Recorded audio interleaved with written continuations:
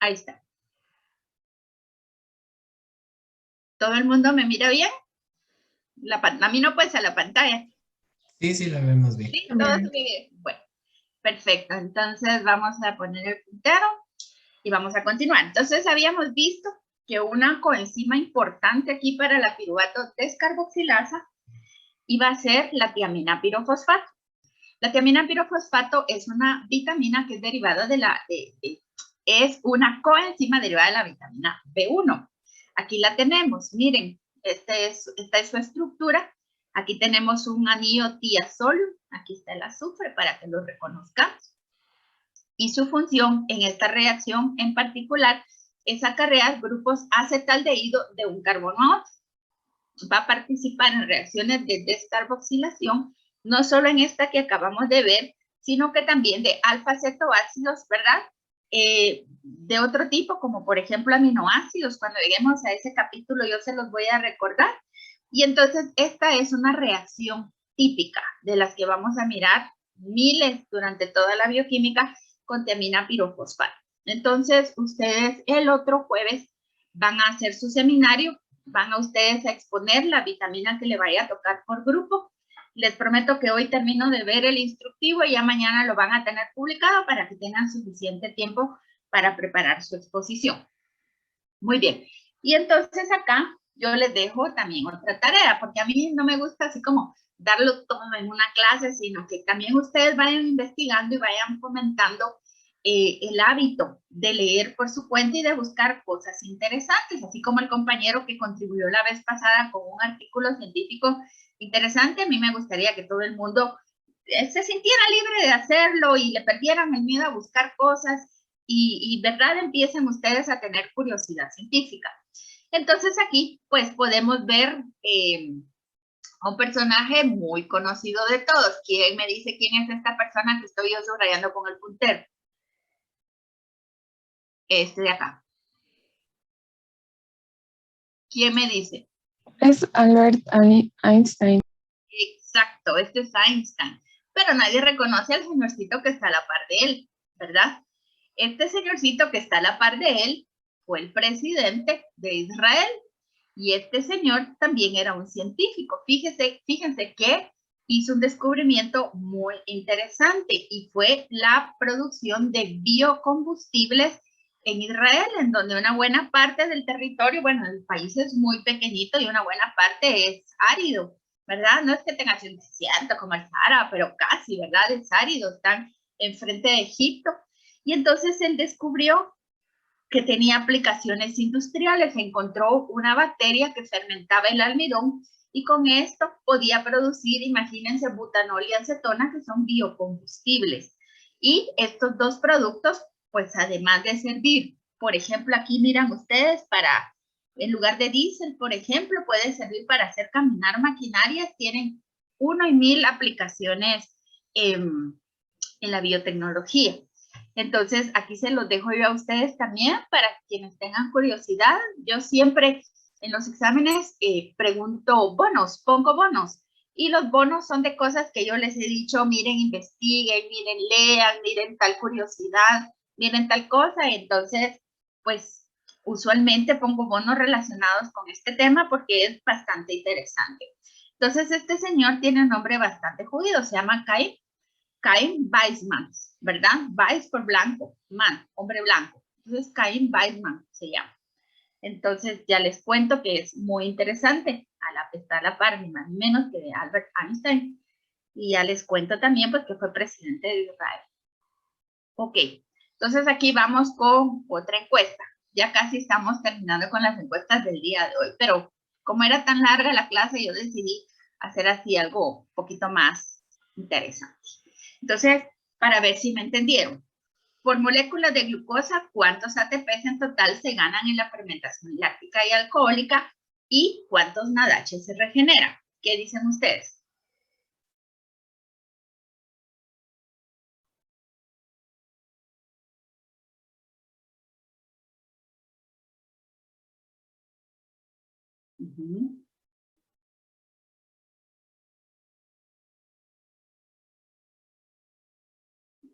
Votemos, votemos.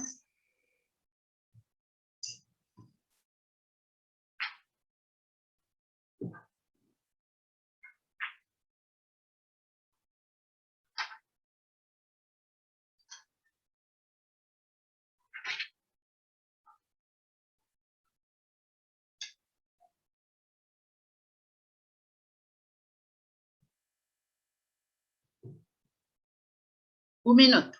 Votó el 75% de ustedes. ¿Qué dicen los demás?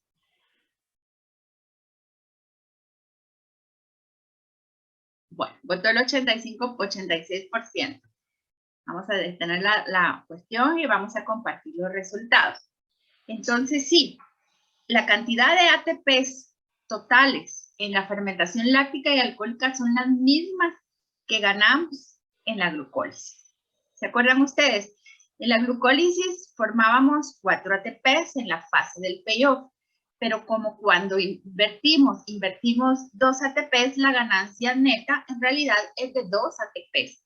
Entonces, si ustedes se fijaron en la glucólisis, yo ni invertí ni gané ATPs. Entonces, de llevar yo glucosa a ácido láctico o glucosa a alcohol, yo estoy produciendo los mismos 2 ATPs netos que había producido en la glucólisis, ¿sí? Y en cuanto a los NADH que se regeneran, tal vez me equivoqué y debería haber puesto cuántos NAD se regeneran, pero en realidad se están regenerando, ¿se acuerdan ustedes? 1 por molécula. Si yo tengo 2 ATPs, si yo tengo 2 piruvatos, entonces yo voy a estar regenerando 2 NADH. Si ustedes, voy a dejar de compartir los resultados. Voy a terminar aquí con la votación. Si nos regresamos nosotros aquí atrás para que veamos que hay que fijarnos en estos detallitos. Si ustedes se fijan, por molécula de piruvato yo estoy regenerando un NAD. Pero como cada glucosa me da 2 piruvatos, yo entonces voy a estar regenerando 2 NADs. ¿Sí? Y aquí lo mismo. Con la alcohólica, por cada piruvato yo regenero un NAD, ¿verdad? Y como cada glucosa me da 2 piruvatos, entonces yo voy a estar regenerando 2 moléculas de NAD. ¿Sí? ¿Está bien? ¿Le queda a todo el mundo claro esto? Y de la glucólisis, lo que habíamos dicho, vamos a estar produciendo 4 moléculas de ATP, pero como invertí 2, entonces en realidad yo solo voy a estar obteniendo la misma ganancia energética que obtuve de la glucólisis. Excepto que los NAD los invertí, ¿verdad? Los invertí para poder, los NADH los invertí para poder regenerar. ¿Está bien? ¿Alguna pregunta? ¿Alguien que no haya comprendido los cálculos que hicimos acá? ¿Todo el mundo me entendió? ¿Sí? Bueno. Yo solo tengo una duda, creo que ahorita tal vez me hice un poco bolas. Momento O de sea, arreglar. por la fermentación láctica obtengo 2 ATPs. Cuando yo, vamos a la glucólisis. Vamos a la glucólisis.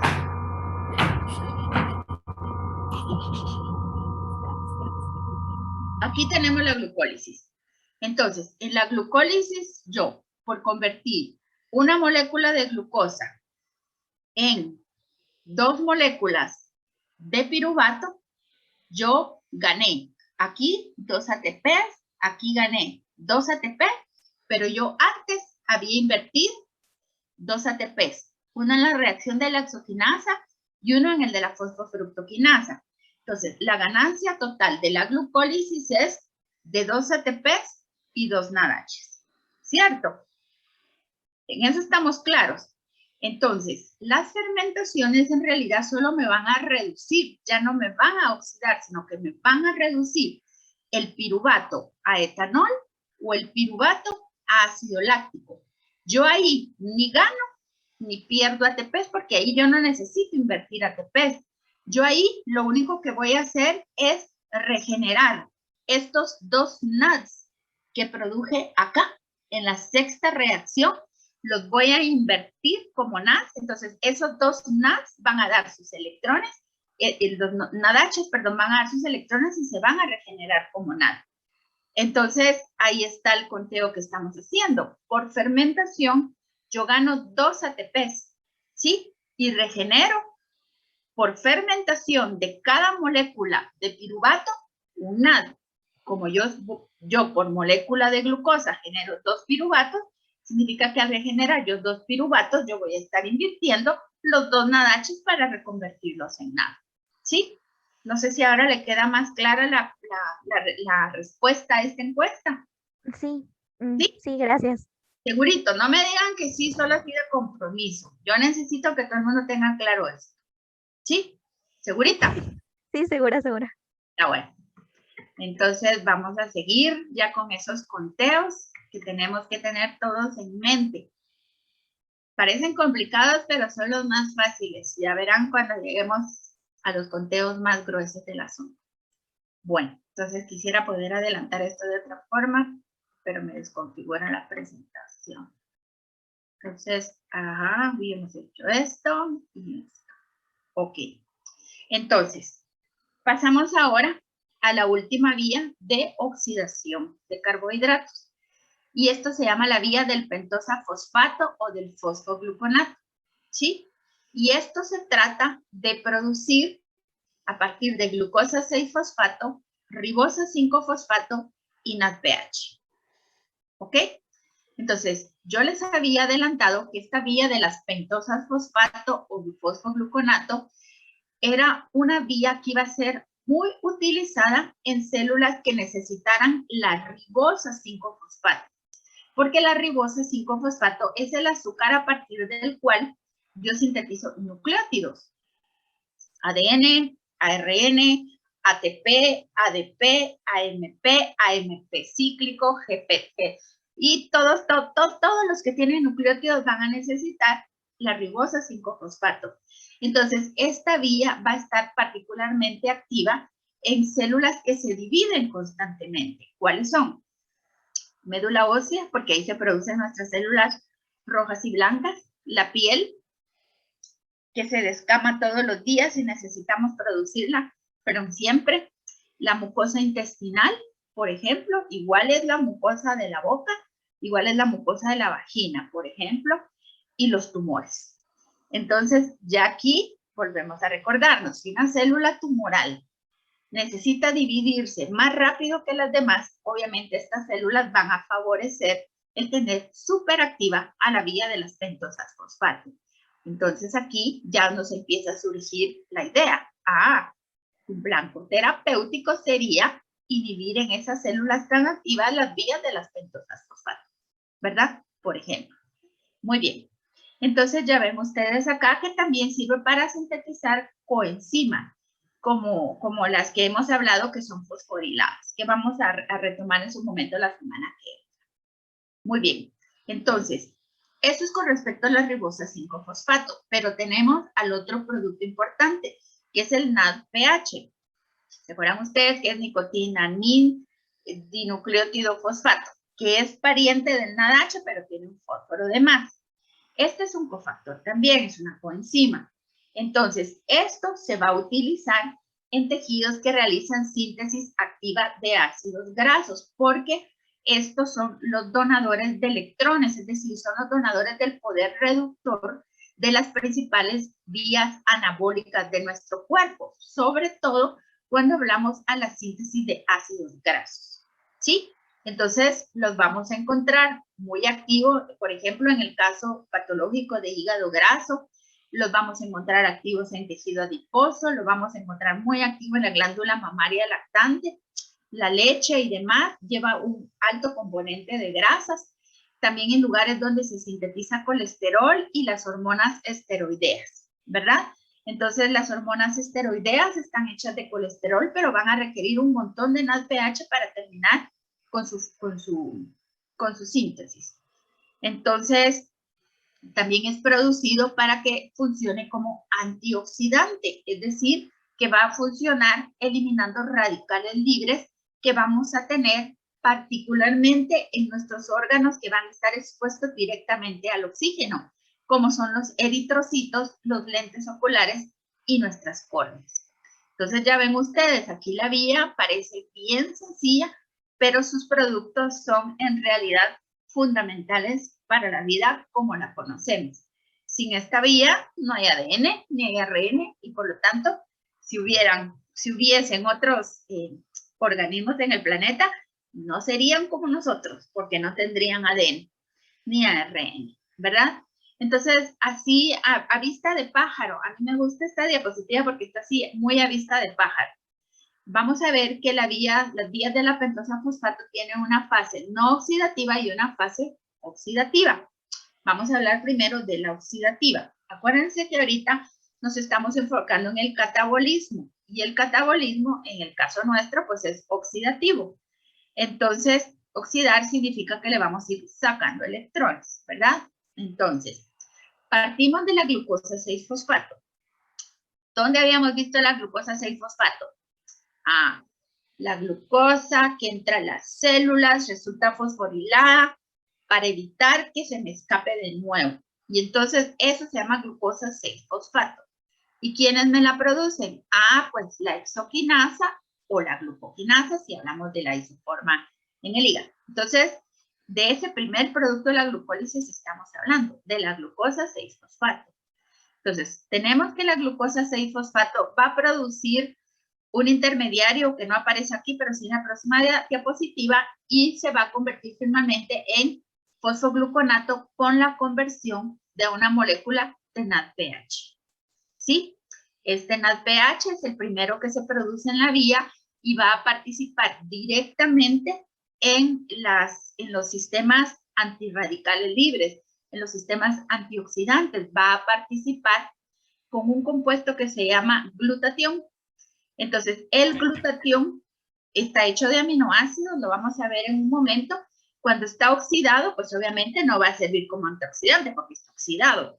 Pero entonces, el NADPH le va a donar electrones al glutatión oxidado y entonces por medio de la glutatión reductasa nosotros vamos a regenerar al glutatión reducido, que ya me va a funcionar como antioxidante, y entonces NADPH se regenera como NADP y con esto puede continuar la vía del fosfogluconato.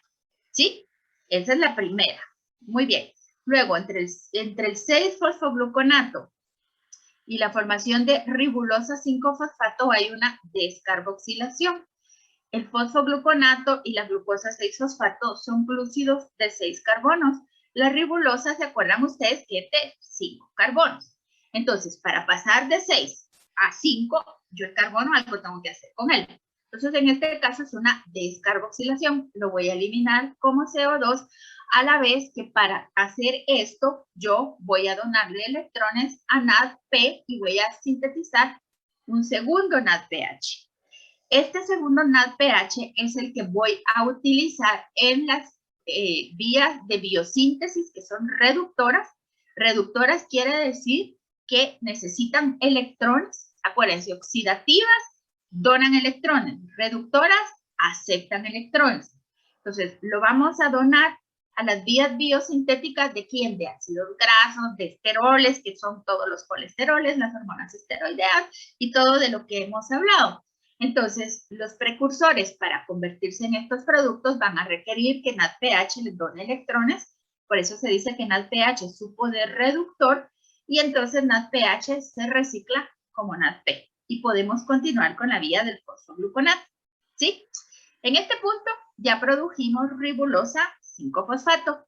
Por medio de enzimas que van a convertir isomerasas o epimerasas, vamos a convertirlo en ribosa 5-fosfato, y la ribosa 5-fosfato, pues ya dijimos que es el componente estructural de nucleótidos, de coenzimas, de ADN y de ARN. Esto hasta acá está nítido, ¿sí? Pero existen también tejidos que son muy ávidos de NADPH, pero no les interesa la ribosa 5-fosfato porque no lo van a usar. No la van a usar para hacer nada de esto de manera activa, o la van a necesitar muy poquito. O sea, toda célula necesita ADN y ARN, pero no la necesita tan activamente todo el tiempo, ¿verdad? Digamos, por ejemplo, qué sé yo, algunas de nuestras células que no se regeneran tan frecuentemente, por ejemplo, qué sé yo, la de los tejidos blandos o las hepáticas, las musculares, esas no se están regenerando todo el tiempo, entonces esas van a requerir pues menos ribosa 5-fosfato que las células que se están replicando activamente, por no hablar de las células embrionarias, ¿verdad? Las células embrionarias requieren mitosis súper aceleradas, pero súper aceleradas. Entonces, en ellas la vía de las pentosas fosfato está súper activa. Pero cuando no ese es el caso, digamos que estamos hablando de una célula muscular que no hace ejercicio, por ejemplo, lo que más le va a interesar a ese tejido, o por ejemplo, a las córneas, ¿verdad? Nuestras córneas no es que van a estar sintetizando ADN y ARN todo el tiempo o todo esto, tal vez les va a interesar más tener el NADPH sin necesidad de la ribosa 5-fosfato. Entonces, en esos tejidos se da la fase no oxidativa de la vía. La fase no oxidativa de la vía tiene como propósito reconvertir ribulosa 5-fosfato en glucosa 6-fosfato, y aquí van a participar dos enzimas que son únicas en el metabolismo y que aparecen en esta vía nada más, y que son las transcetolasas y las transaldolasas. ¿Sí? Entonces, aquí ya tenemos una vista a ojo de buen cubero.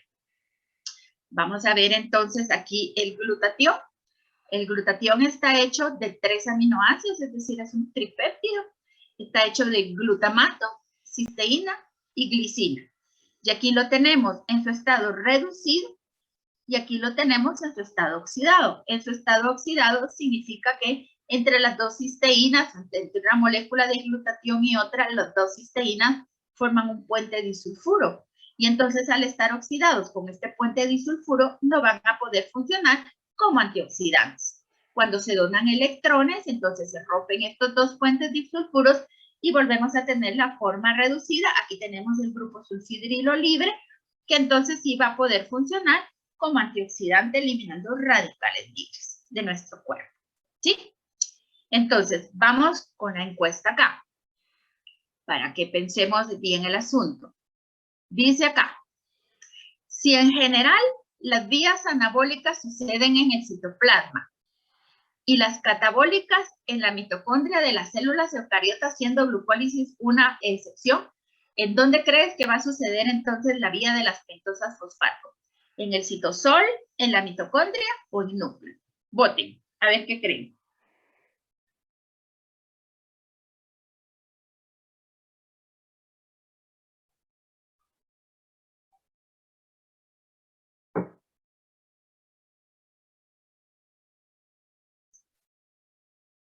Voten, chicos, voten.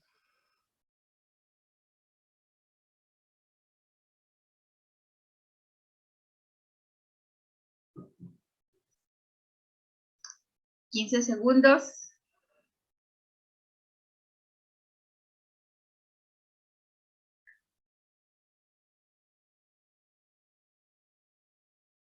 Cuatro, 1, 0. Votó el 88% de ustedes. Perdón, 95%. Vamos a finalizar la votación. Y miren aquí, cada quien votó, pero creo que votaron al azar, porque votaron casi igual todos. Fíjense que sucede en el citosol. Entonces, este es un punto importante de mencionar. Esta vía, así como es catabólica, también es anabólica, si ustedes se dieron cuenta, pero necesita estar a la par de la glucólisis, porque necesita tomar a la glucosa 6-fosfato para que es su sustrato inicial para poder hacer todo lo demás. Entonces, en realidad, es en el citosol. La tercera parte de ustedes lo tiene correcto y las 2/3 partes de ustedes no. En el núcleo no sucede. En el núcleo tenemos otro tipo de reacciones, pero casi nunca tenemos reacciones anabólicas. De hecho, en el núcleo tenemos ADN y síntesis de proteínas ribosomales y de ARN, pero no tenemos mucho más. Casi toda la síntesis de proteínas se lleva a cabo en los ribosomas y en el citosol. Muy bien. Entonces, ya ahora no se les va a olvidar que la vía de las pentosas fosfatos sucede en el citosol igual que la glucólisis. En general, las vías catabólicas suceden en la mitocondria y las anabólicas en el citosol, pero hay excepciones y estas dos son excepciones. Entonces, que no se les olvide. Muy bien. Entonces, continuando con esto, aquí tenemos la vía de las pentosas fosfato, sus reacciones oxidativas, que ya las vimos a grosso modo, pero ahora podemos mirarlo otra vez. Aquí tenemos a la glucosa 6-fosfato con sus 6 carbonos. ¿Se acuerdan ustedes de eso? El fosfato está en el carbono número 6. La primera reacción está catalizada por la enzima reguladora de la vía. La vía reguladora de la vía se llama glucosa 6-fosfato deshidrogenasa.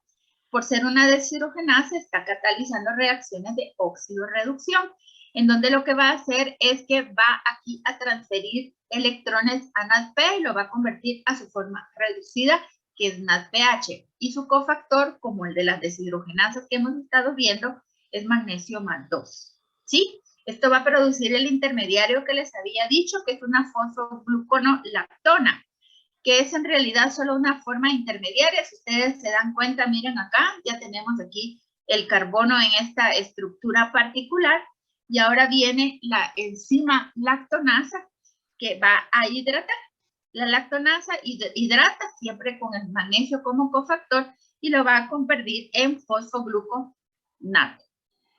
El fosfogluconato, entonces, por medio de una 6-fosfogluconato deshidrogenasa, ahorita sí, miren, produce el segundo NADPH de la vía, además hay descarboxilación y el cofactor es magnesio más 2, ¿sí? Con esto yo ya produje la ribulosa 5-fosfato y ahora por medio de una fosfopentosa isomerasa, la ribulosa 5-fosfato se me convierte en ribosa 5-fosfato, que es el producto final de la vía. Pero entonces ya vieron ustedes, aquí tengo un NADPH producido por una deshidrogenasa y aquí tengo el otro NADPH junto con la descarboxilación. ¿Sí? ¿Alguna pregunta hasta acá? ¿No? Bastante sencillo. Al menos en apariencia es bastante sencillo. Entonces, la ecuación de la vía oxidativa, ven ustedes que en total, a partir de una glucosa 6-fosfato, yo obtengo una ribosa 5-fosfato y una molécula de CO2. Invierto 2 NADPs y obtengo 2 NADPH. Esto es bastante sencillo. En resumen, los productos finales son NADPH. Entonces, a ver, aquí tengo un resumen de cuáles son sus características. Es un acarreador químico de poder reductor. Es usado casi universalmente como poder reductor en las vías anabólicas. Sirve para reducir enlaces dobles y grupos carbonilos en los intermediarios en los procesos sintéticos. Lo vamos a estar viendo a lo largo de la bioquímica. En mamíferos dijimos que es especialmente importante en tejidos que sintetizan activamente ácidos grasos y esteroides. Ya habíamos mencionado cuáles. Tejidos que no sintetizan ácidos grasos, como el muscular, usualmente no van a tener la vía de las pentosas fosfato, o por lo menos no las van a tener tan activas.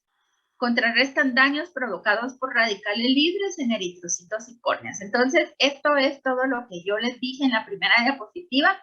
Yo aquí comparto con ustedes mi resumen, mi chivo, como quien dice. Entonces, cuando hablamos del NADPH, siempre es bonito mirar esta figura que está aquí, es uno de los recuadros del capítulo, en donde se mira cómo el NADPH y el glutatión protegen a las células contra los radicales libres. Podemos mirar aquí, por ejemplo, aquí está el oxígeno que nosotros respiramos.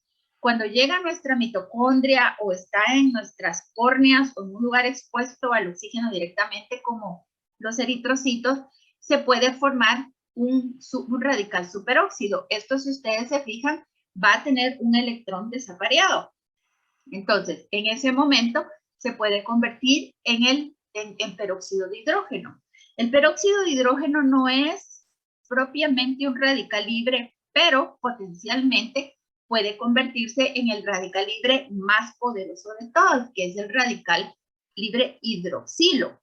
Entonces, el peróxido de hidrógeno además es peligroso porque se puede difundir, es decir, que puede atravesar membranas lipídicas, puede atravesar entonces membranas celulares y membranas nucleares y membranas mitocondriales, lo cual quiere decir que aunque se produjera en las mitocondrias, por ejemplo, podría llegar al núcleo y dañar nuestro ADN, o podría llegar a nuestra membrana celular y producir peroxilipidación.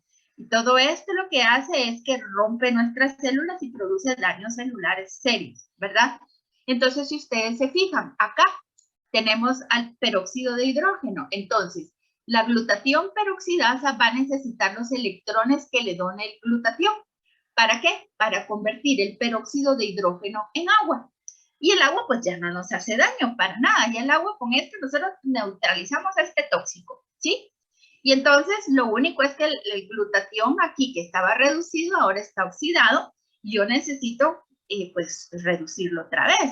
Entonces para reducirlo por medio de la glutatión reductasa ya vimos nosotros que va a ser NADPH quien le va a donar los electrones para poder yo reducirlo, ¿verdad? Y entonces, cuando yo lo haya oxidado, necesito volver a reducirlo. Aquí viene oxidado, necesito volver a reducirlo. Y de esta manera, entonces, yo tengo un ciclo que me va a estar permitiendo hacer lo mismo con el glutatión. Aquí lo tengo reducido y aquí lo tengo oxidado. Y la vía, o sea, la reacción que me va a producir ese primero NADPH es el primero, el de la glucosa 6-fosfato deshidrogenasa. ¿Preguntas? ¿Alguien que abrió su micrófono quería hacer una preguntita? No, fue una equivocación abrir el micrófono.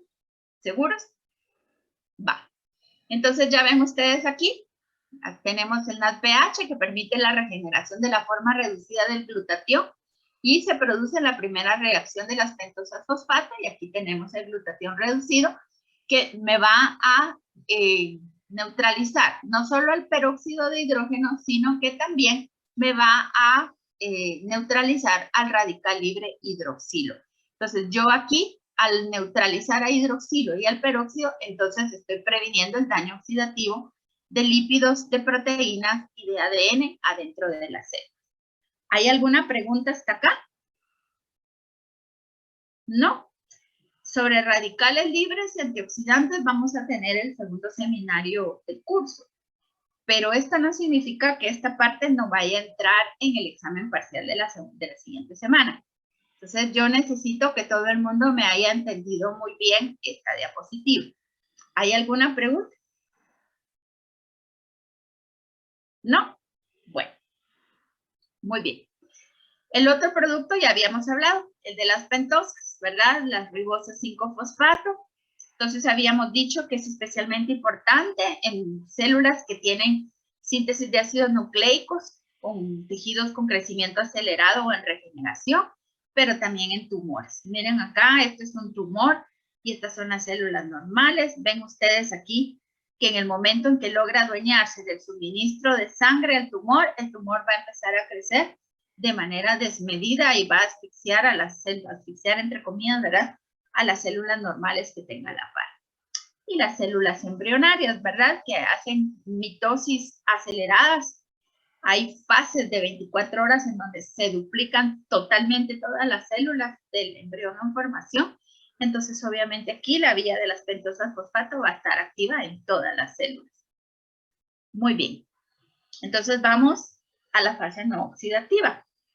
Esta es la fase que va a reciclar pentosas fosfato. Aunque ustedes no me lo crean, estas son las preguntas en donde casi todos los estudiantes me fallan en los parciales. No sé por qué. De verdad no sé por qué.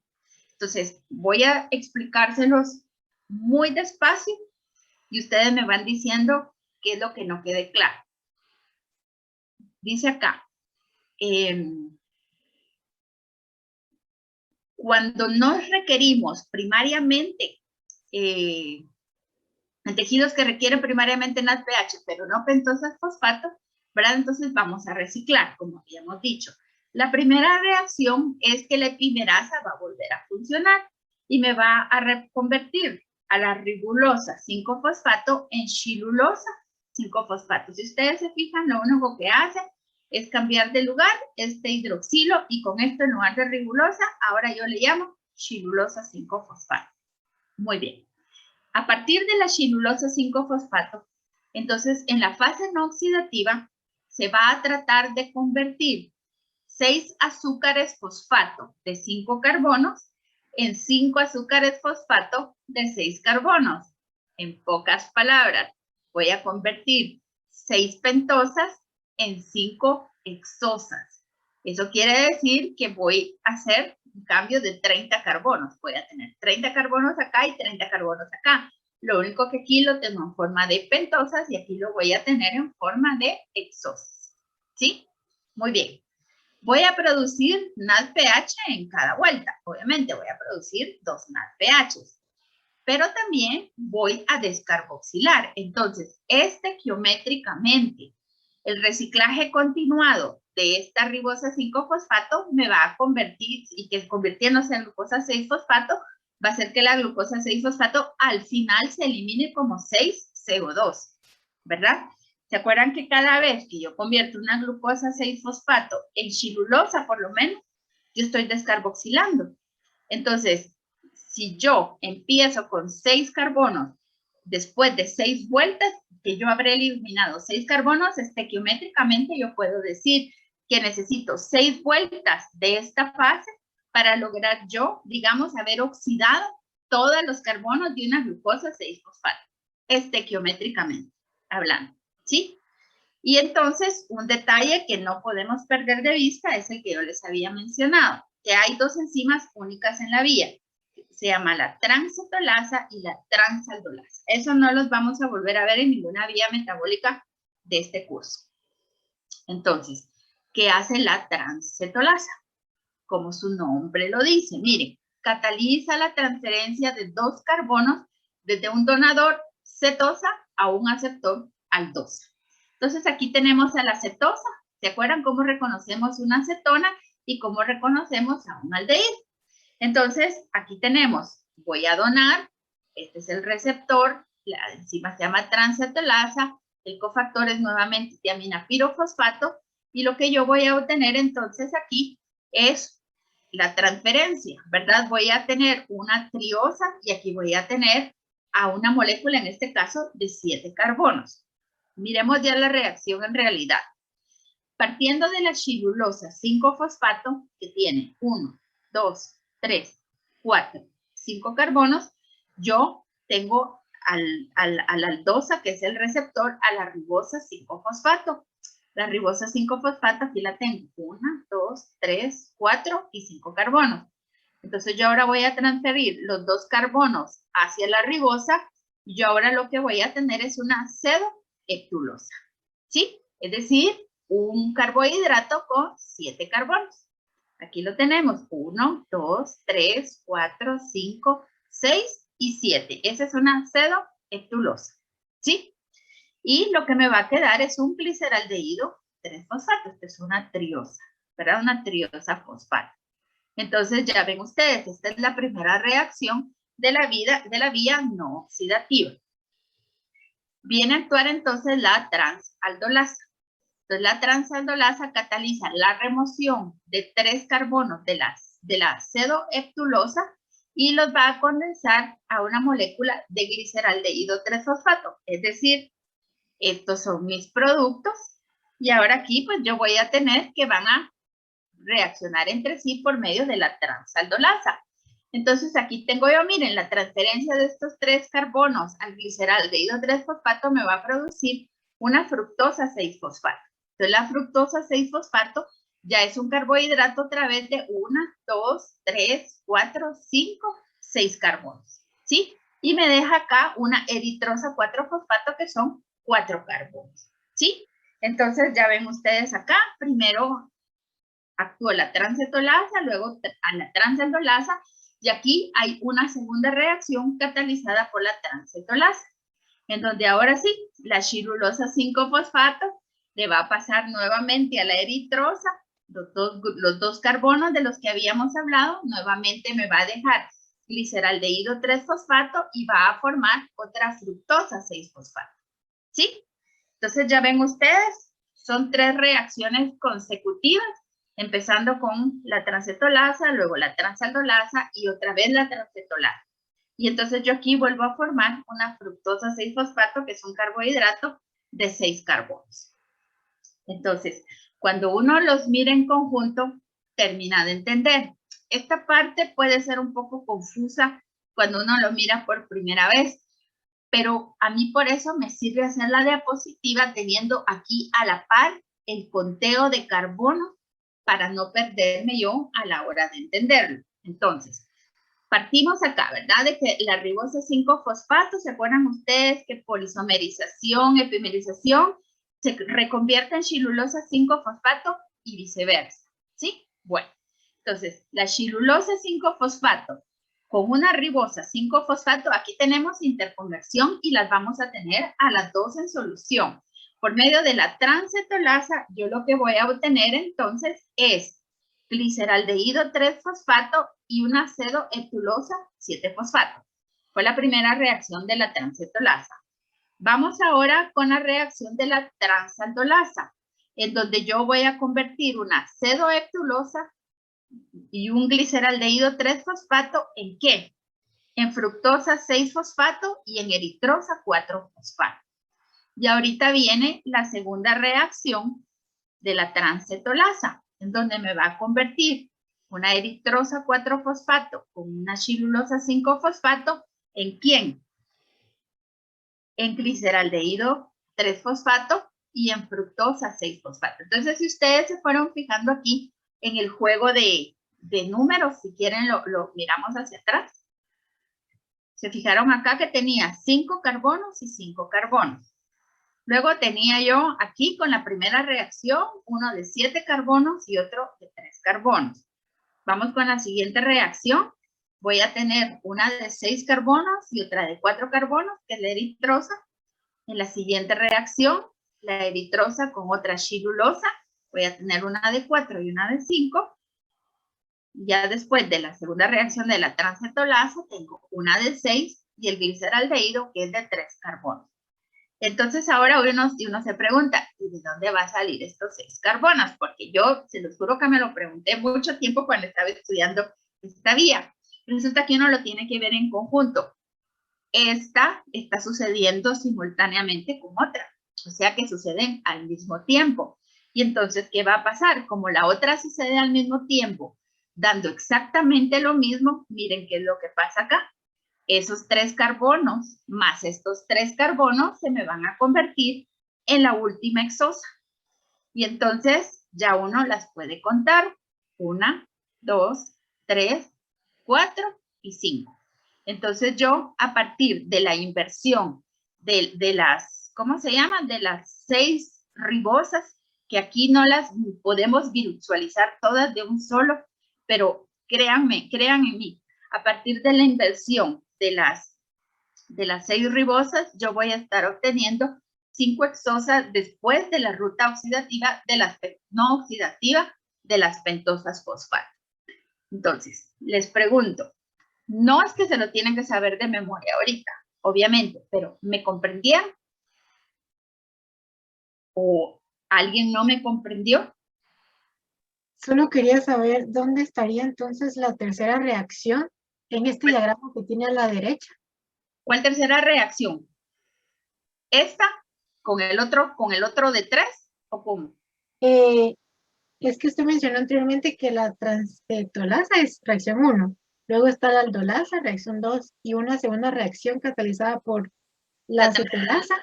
Aquí está. Esa es. Aquí está. Ajá. Sí, sí la miran.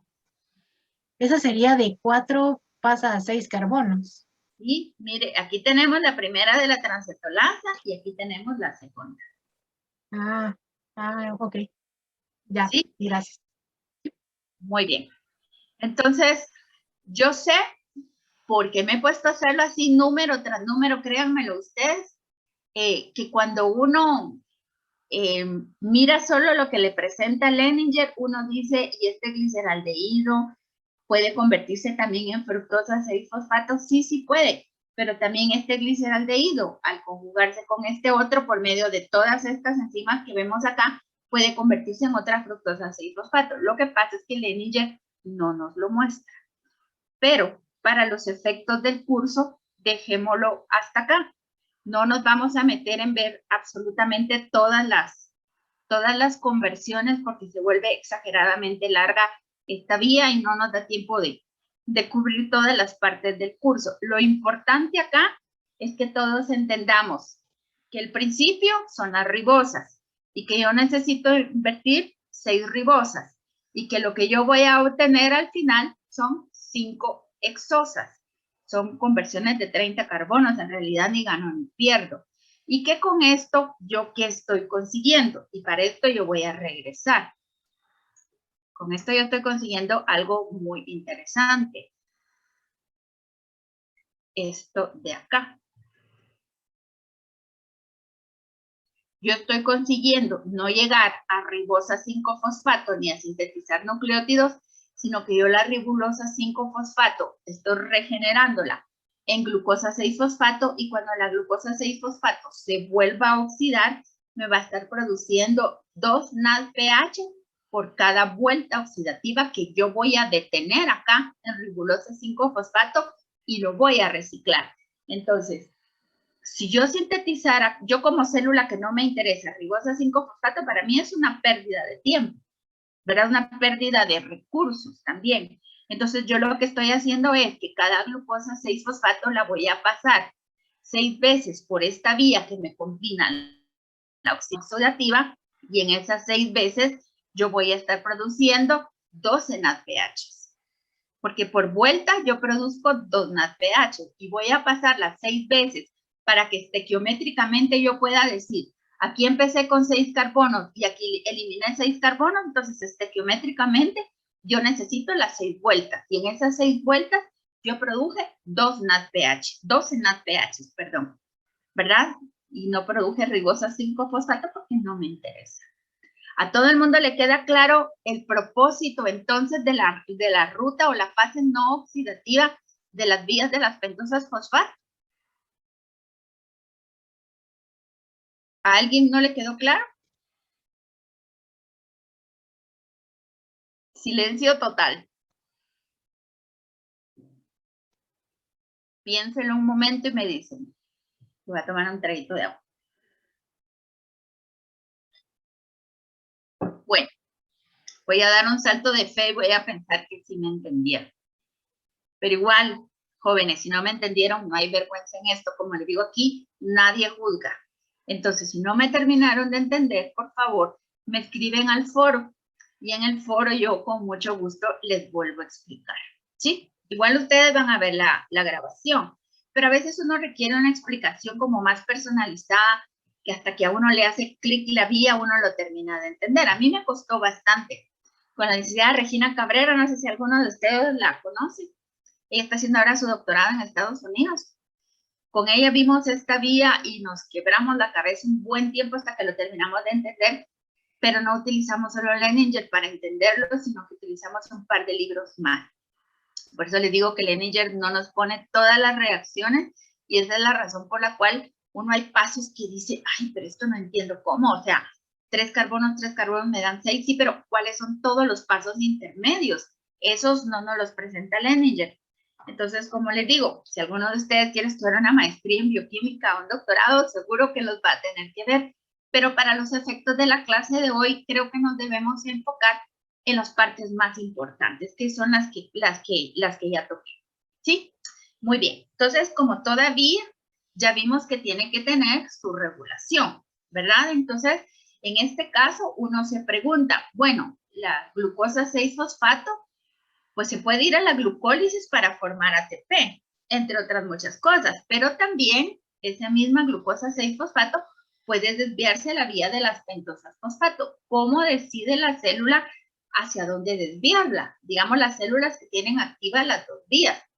Entonces, el destino de la glucosa 6-fosfato está determinado por las necesidades celulares y por las concentraciones de NADP y de NADPH.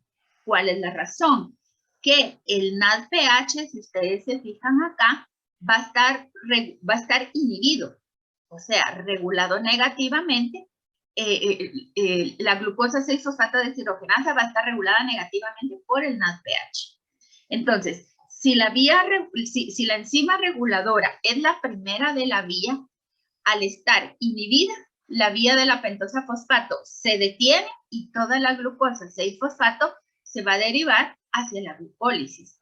Cuando la cantidad de NADPH baje porque se gasta y ahora empiece a aumentar la concentración de NADP, entonces la inhibición sobre glucosa 6-fosfato deshidrogenasa se cancela y entonces la célula va a empezar a derivar aquí la glucosa 6-fosfato hacia la vía de las pentosas fosfato. Entonces aquí estamos viendo una regulación negativa por producto, ¿verdad? El NADPH va a estarme regulando negativamente a la glucosa 6-fosfato deshidrogenasa. Entonces, que se les quede, la enzima reguladora de la vía es la glucosa 6-fosfato deshidrogenasa y es la que cataliza la primera reacción. Así como vimos en la glucólisis también, de la primera reacción, que era es reguladora, en este caso también. ¿Sí? ¿Alguna pregunta acá? ¿No? Muy bien. Entonces, esta diapositiva, les confieso que la agregué hoy, porque me puse a leerlo y me emocioné y dije yo, ay, de veras que yo había dicho que es buena idea que se pongan a leer un poquito. Es el punto médico, son, creo que es, aquí la estoy mirando, son como 8 líneas, y mucho en el libro de Leninger, en donde les habla de este síndrome que se llama de Wernicke-Korsakoff. Y van a ver ustedes cómo va a combinar una deficiencia vitamínica con la deficiencia de una de las enzimas, de la transcetolasa. Entonces, ya uno empieza a entender, si esto se trata de deficiencia de tiamina, yo no voy a tener tiamina pirofosfato, obvio. Y si además de todo tengo un defecto por transcetolasa, este síndrome es bastante interesante de estudiar, ¿verdad? Van a ver ustedes, hablan ahí un poco del tratamiento, entonces les recomiendo que le den un vistacito. Acuérdense que yo los bonos siempre los saco de mis sugerencias o de aplicaciones en particular. Entonces, nos vamos aquí a la última votación del día de hoy. Que no se diga que hoy esto no ha estado interactivo porque me esmeré para que no se me fueran a aburrir. Entonces, díganme, a ver quién me entendió. Dime cuál es el propósito de la fase oxidativa de la vía de las pentosas fosfatos y el de la no oxidativa. El último se me fue pregunta sin título, ignórenla, por favor. Voten.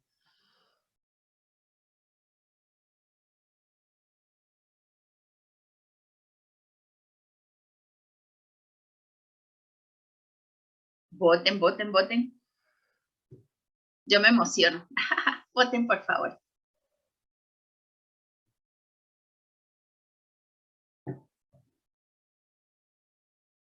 La opción sin título no se vota, no sean así, qué mal. Lo que pasa es de que si no, no deja enviar la encuesta. Ah, comprendo. Ah, va, entonces ahí votar el 100%. Gracias.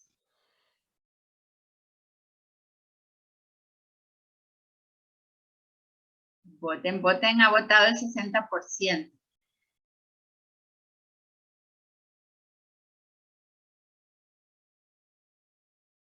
¿70%? Voten, por favor.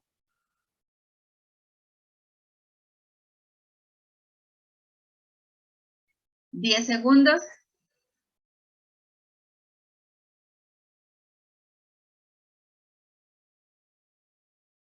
Muy bien. Solo votó el 80% de ustedes. El 20% no me deja saber cuánto me comprendió, no me retroalimenta. Pero vamos a ver, compartamos los resultados. Aquí tenemos. El propósito de la fase oxidativa es producir ribosa 5-fosfato y NADPH. Así es.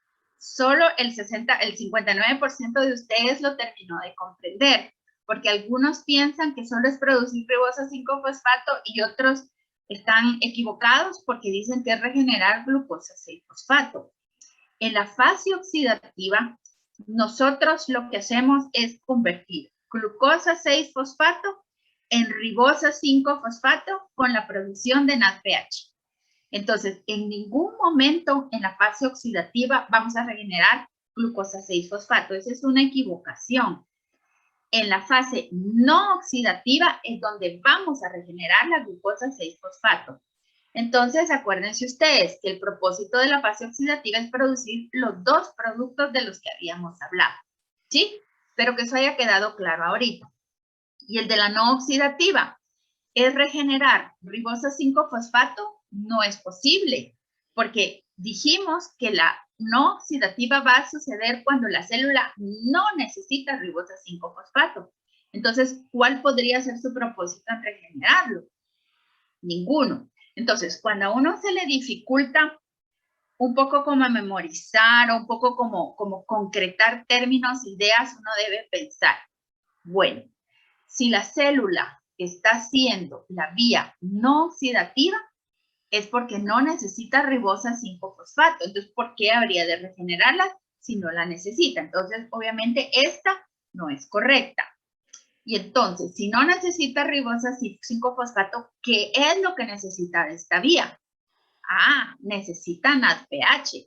Entonces, el propósito de la no oxidativa es producir NADPH pero sin la producción de riboso 5-fosfato. ¿Sí? También uno debe preguntarse, ¿quiénes hacen la vía no oxidativa? ¿Las que hacen duplicación rapidísima como una célula embrionaria? No, porque las células embrionarias necesitan ADP y por ende necesitan ribosa 5-fosfato. Pero mis lentes, mis córneas, por ejemplo, ¿será que necesitan ribosa 5-fosfato para estarse regenerando y tener ojitos todos los días? No, mis ojitos están expuestos al oxígeno y necesitan antioxidantes. Entonces, estas van a requerir un montón de NADPH. Entonces, ya con esto, con ubicar uno la línea celular, ya puede uno entonces ubicarse también en la vía y entender los propósitos de cada una de las dos. ¿Alguien tiene algún comentario o pregunta al respecto de esto que les acabo de decir? ¿No? De verdad que yo lo pongo en los parciales y los pongo en los finales y siempre, y siempre más o menos la mitad me lo contesta bien. Entonces yo quería ahorita que lo tuviéramos claro, o sea, ya se los estoy presentando desde ahorita para que ustedes lo tengan claro y sepan qué es lo que tienen que saber, porque obviamente eso es lo que yo les voy a preguntar. Yo tenía una pregunta. Dígame. ¿Cuál sería la relación de esto con la glucólisis? Es que no logra hacer ese match, o si tiene relación o es... Tiene relación, es una excelente pregunta. Tiene relación con la glucólisis porque comparten el primer intermediario. Mire, comparten la glucosa 6-fosfato. Entonces, se tiene a la glucólisis sucediendo en el citoplasma de la misma célula. Obviamente, glucólisis y pentosa-fosfato van a competir por la glucosa 6-fosfato. Entonces, la célula aquí tiene que tomar una decisión ejecutiva y decir, ¿yo qué necesito más? ¿Hacer glucólisis o hacer la vía de las pentosas fosfato? Entonces, eso va a depender de la célula y del momento, ¿verdad? Entonces, se ha visto que cuando se están peleando los dos, lo que va a decidir si la glucosa 6-fosfato se va a la glucólisis o se va a la vía de las pentosas fosfato es la concentración de NADPH en el citoplasma que va a tener la célula. Si tiene un montón de NADPH, va a inhibir a la vía de las pentosas fosfato y la glucólisis va a suceder como que sin nada. Pero si baja NADPH, entonces la glucosa 6-fosfato se va a derivar principalmente a la vía de las pentosas fosfato y la glucólisis se va a quedar con muy poquitita glucosa 6-fosfato.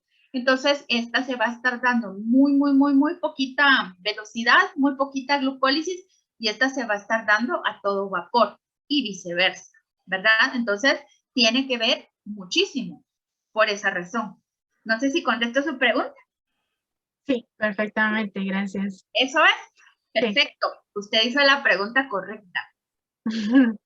Yo no sé si usted leí un libro una vez de una científica, no, de una escritora danesa, en donde decía que es más importante hacer uno la pregunta correcta que saberse la respuesta. Tal vez es cierto.